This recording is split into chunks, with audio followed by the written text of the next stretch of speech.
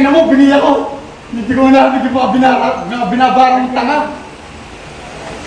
Kaya ngayon, sabi mo pag rest in peace pa.